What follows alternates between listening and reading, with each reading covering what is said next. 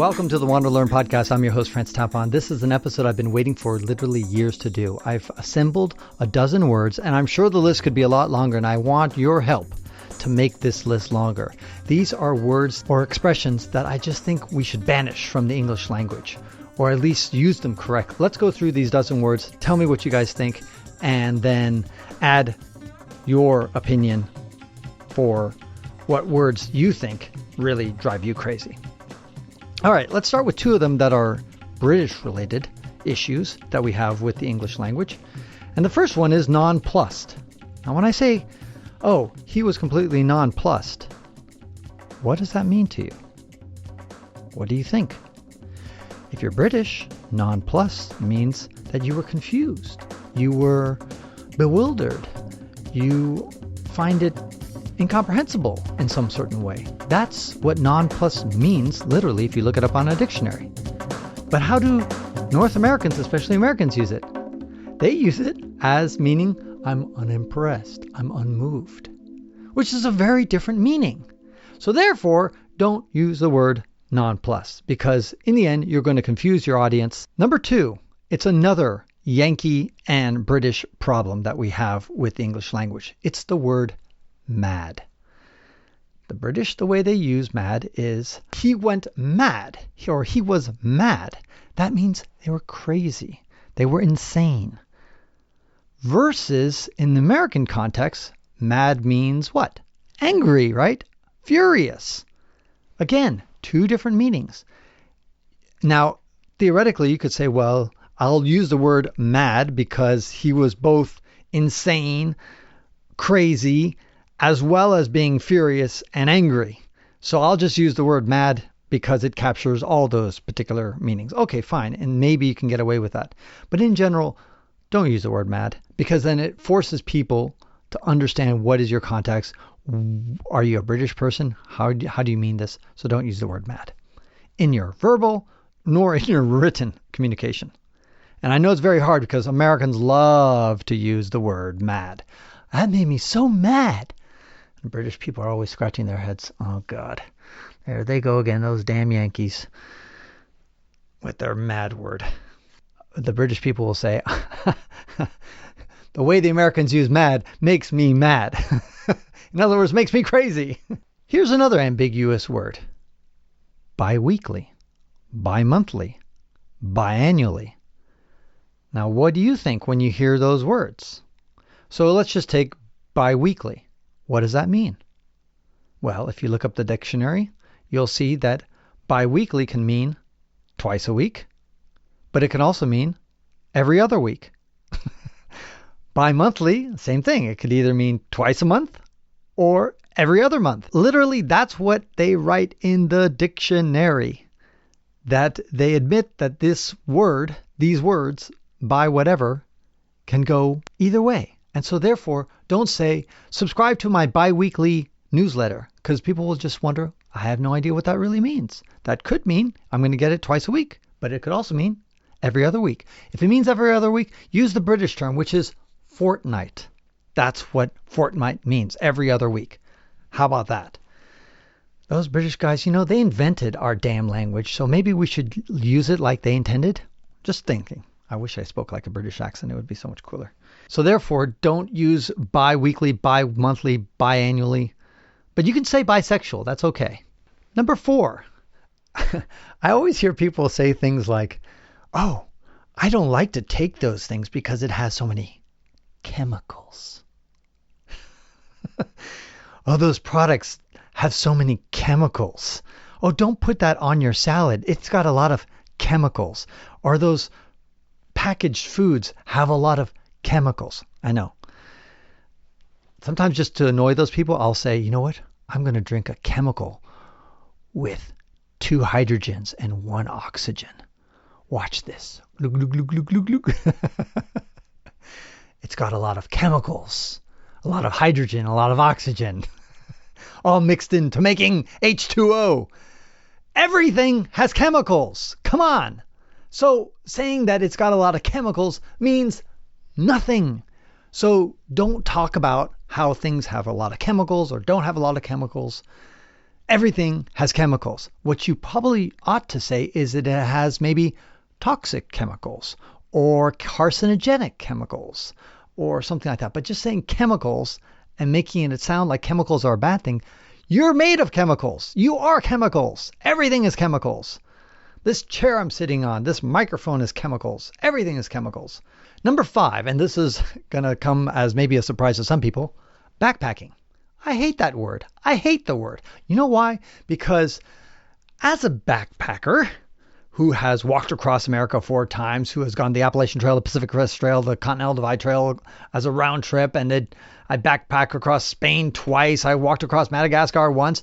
I mean, that's backpacking for me and for the community I go around. It means putting on a backpack and heading up and down mountains. So therefore, when people from my community say things like, you hear somebody say, I went backpacking all over Europe for 3 months, or I went to Southeast Asia, went backpacking for a year.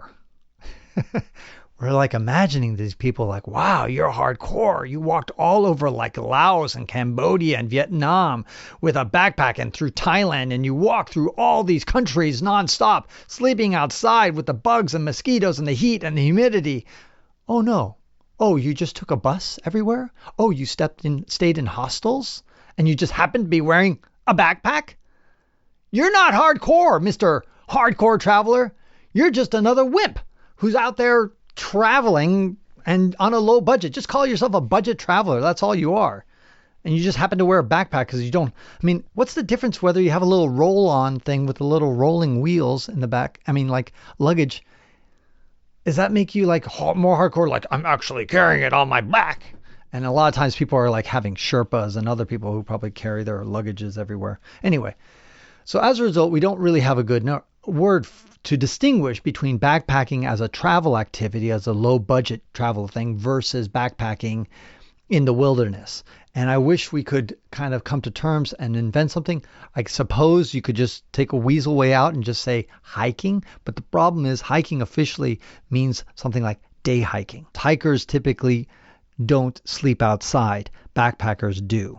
So backpackers sleep under a tent or a tarp or out in the woods with nothing and make a shelter, who knows, versus somebody who's hiking, who's just out there for the day or staying in huts potentially as well.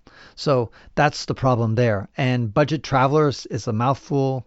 Anyway, I don't have a great solution, but just be cognizant of the difference. And if anybody should butt out, I just think it's the budget travelers who should come up with their own word. Frugal traveler, I don't know what you want to call yourself, but just try not to use the word backpack or backpacking when you actually just mean cheap travel. Number 6, when people say that uses just a fraction of the energy that a nuclear bomb uses, or I gave him a bunch of money and he just gave me a fraction of it back. He knows a fraction of what I know about community service or the internet. He knows just a fraction of what I know regarding cooking.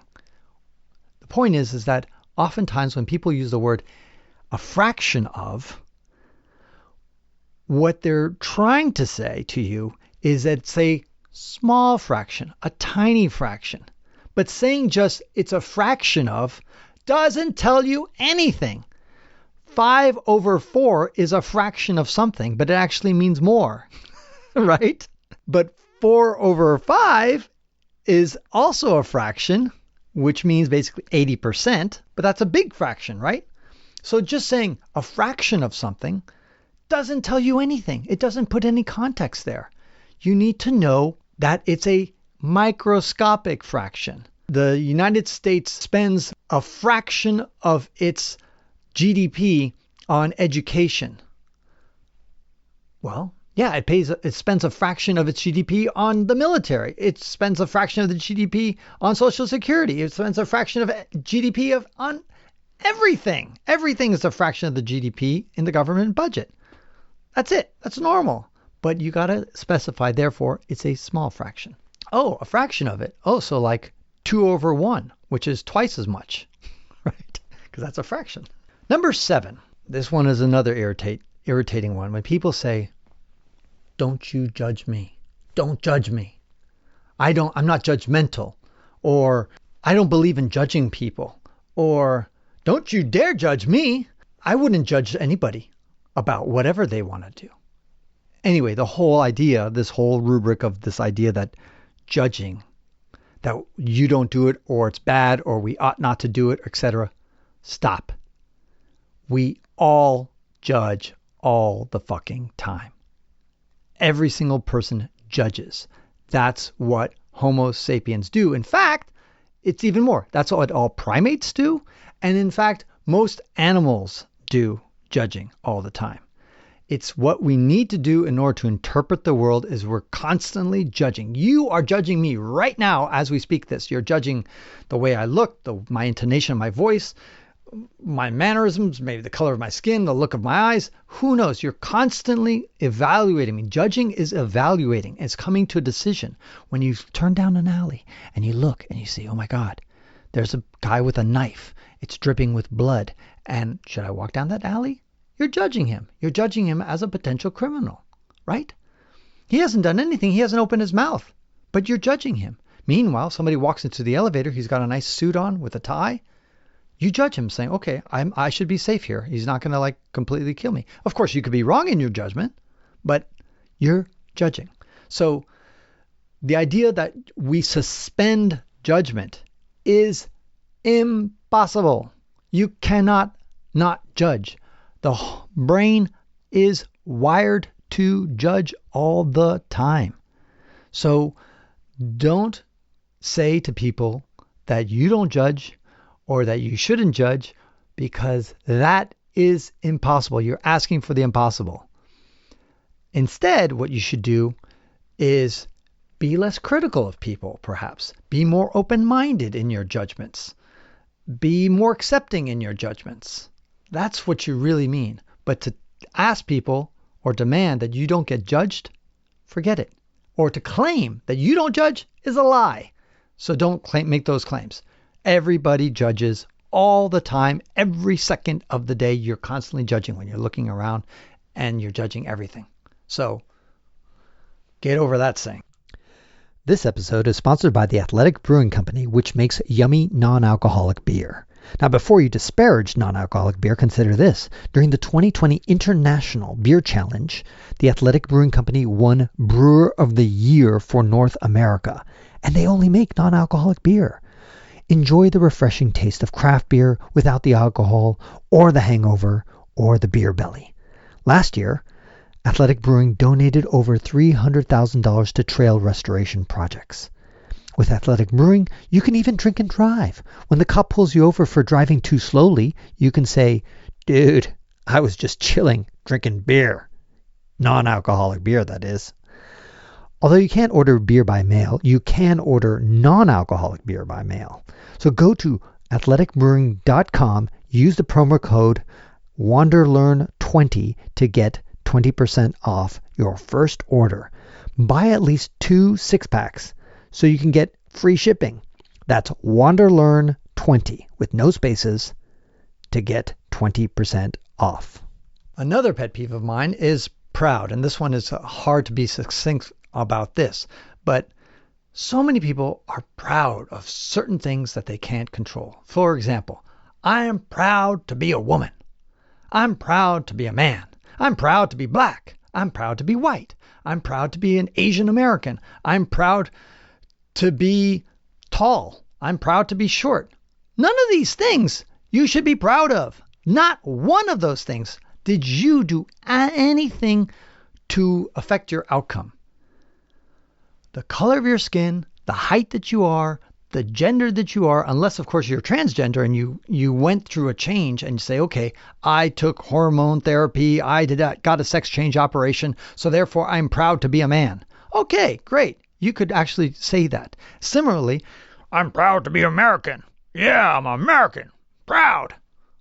Were you born in America? Yeah, you bet I was.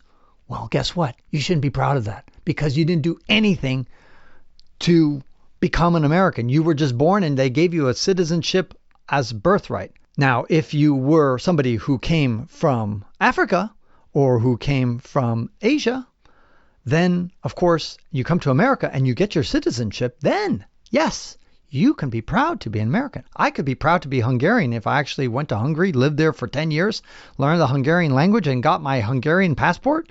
Maybe married a Hungarian, who knows? Then fine. Then I could say, okay, I'm proud to be a Hungarian.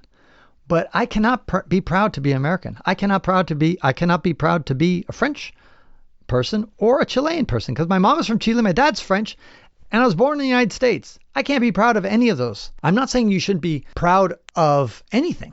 So, for example, you graduated from college. Go ahead, be proud of that. You ran a marathon. Be proud of that. You got a raise. You got a great job. All these things. There's lots of things to be proud of. But before you say, I'm proud of X, ask yourself, did I do anything in order to earn that? You can be proud of your wife. You could probably even be proud of your kids too, right? Because you kind of help mold them, sort of, right? I can't say that I'm proud of Bill Gates. I had nothing to do with Bill Gates. I'm proud that Bill Gates is American. It doesn't make any sense. Let's choose our things to be proud of. And finally, so then to address the elephant in the room, for those who say, well, I want to be able to say that I'm proud to be a woman. I'm proud to be Hispanic. Okay, fine. What you can say is that you are happy or you love to be X. I love to be Hispanic. I love to be Latino. I love to be a woman. I'm happy that I'm a woman. I'm happy to be tall or short or whatever. But proud? Shouldn't be proud of something you did not earn, that you did not try to get. Another saying that drives me crazy is giving 110%. And this came, I guess it was in the 80s or 90s or something like that. I think when athletes started going on TV and saying like, yeah, coach, I give 110%. I'm like, every time I go on the field, I'm giving 110%. And then finally, it's like 10 years later, it's like, I give 120%. I give 150%. And then another decade later, it's like, I give 200%. Stop. You cannot give more than 100%, period. 100% is your max capacity. I understand the idea of giving 110% or 200%. It's going beyond what you think you're capable of. Well, here's the reality, is that when you think you're giving 100%, you're actually only giving 90% or maybe 80% or maybe 95%. And almost nobody actually gets to that 100%, except for maybe people who set world records and they really push their body to the absolute limit, or push their mind to an absolute limit, or they work so hard at their startup company and they work 18-hour days for 18 months. That is giving 100% of yourself to something. But it's impossible to give more than 100% of yourself. And don't delude yourself. I suppose the only way that you could give more than 100% is that you genetically engineer yourself, or you use cyborg traits in order to expand your mind, or put your Neuralink headset on and go beyond your capability. But toss that phrase, giving more than 100%, out of your vocabulary. Another pet peeve of mine is geopolitical. Oh, God. Okay, can you guys tell me when something that is political is not related to geography? I mean, geopolitical for me is just a snooty little word to make somebody sound smart, when all they really need to say is political. When somebody says it's in China's geopolitical interest, well, why don't you just say political interest? Geopolitical. What the hell? Geopolitical? No, it's not in China's geopolitical interest. It's just in China's political interest. Biden made a geopolitical decision. No, it was a political decision. And he took into account geography, which, by the way, any politician who's smart should take into account geography when making their political decisions. So the whole term of geopolitical, geopolitics, that's another one. God, geopolitics? It's just politics. Geopolitical to me is just a highfalutin word to make people sound smart, when in the end, all they could need to say is political. And here is, again, my 11th word that drives me crazy. There are actually two of them. It's Asian and American, not the two together necessarily. I suppose you could have a problem with that as well. But so when I was a little kid, people who we used to call Asians nowadays, we would call them Orientals. Somewhere along the line, the political thought police said that Oriental is bad and we can't call people Oriental. Fine. So what do we call them? Asians. Okay. So when I say to somebody, hey, I had some great Asian cuisine. Oh, yeah, really? What did you had? I had stuff from Saudi Arabia. What? Saudi food? Asian? What? Oh, yeah. Oh, I met this great Asian guy. He's so cool. Oh, yeah. Where's he from? He's from Israel. Yeah. Or the Asian languages are so complicated. Yeah, absolutely. I agree with you. Yeah. Have you ever tried to learn Farsi? Farsi, like the language in Iran? But they're not Asian. Oh, yeah. Where are they? Are they in Europe? Are they in Africa? What continent are they on? Oh, they're in Asia. What about Uzbekistan? That's Asian too. Oh, yeah, Central Asian. What about Bahrain or Kuwait? Or Lebanon? Or Palestine? Asian areas, guys. Jordan is Asian. So the point is that we have somehow taken this vast geography called Asia, the biggest continent in the world, and we have taken that word of Asia, an Asian, and now just made a little tiny portion of the part of Asia, which is just East Asia, and now they're using that as their word. It's kind of similar in the way that when people say European, when they say, oh yeah, that's so European, what they really mean is Western European. They mean it's either French or Swiss or German or British or Spanish, Portuguese, Italian, whatever. That's what they mean by European, but they don't think about Kosovo, or they don't think about Serbia, or they don't think about Estonia, or God forbid, Russia, which is also a big portion of Russia is in Europe. So that's a bungled word, but luckily, usually when people say European, it is fairly broad. But Asian, not at all. It's just East Asian when we use the term Asian, and that brings me to the other word, American, which I think Americans should be called Yankees because we don't have a word to describe all the Americas. People from Brazil should be called Americans. People from Panama are Americans. People from Chile are Americans. They're all Americans, and people from Canada are also Americans. Now, of course, we do have the term North American as well as Central and South American. That's true. But we don't have one that encompasses the megacontinent of America. Because why? Because U.S. citizens, instead of Americans, U.S. citizens have usurped that word and used it to just call themselves. And by the way, talk to any Latin American person, and most of them will say, I dislike the term Americans. They'll call us gringos for a reason, because they don't want to call us Americans. They'll call us estadounidense, which is, somebody from the United States, a citizen of the United States. I don't like the term Americans or America because it is a very broad term that the United States has taken over. So I think it's better to call the people of America or anything that's American that we use Americans say, that's Yankee food. The hamburger is Yankee food. That person's a Yankee. I don't know.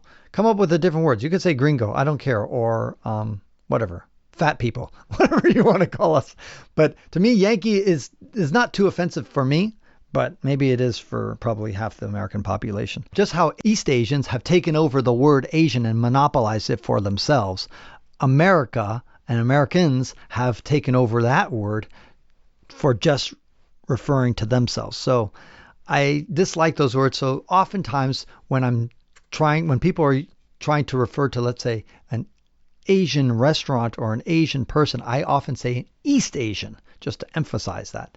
Or I'll say a Yankee or a U.S. citizen or something like that in order to not use the term. And the last term, number 12, is that being said. It's just, to me, a throwaway line. That being said, well, you've already said it. I think you could just sum it up with one word, however or but.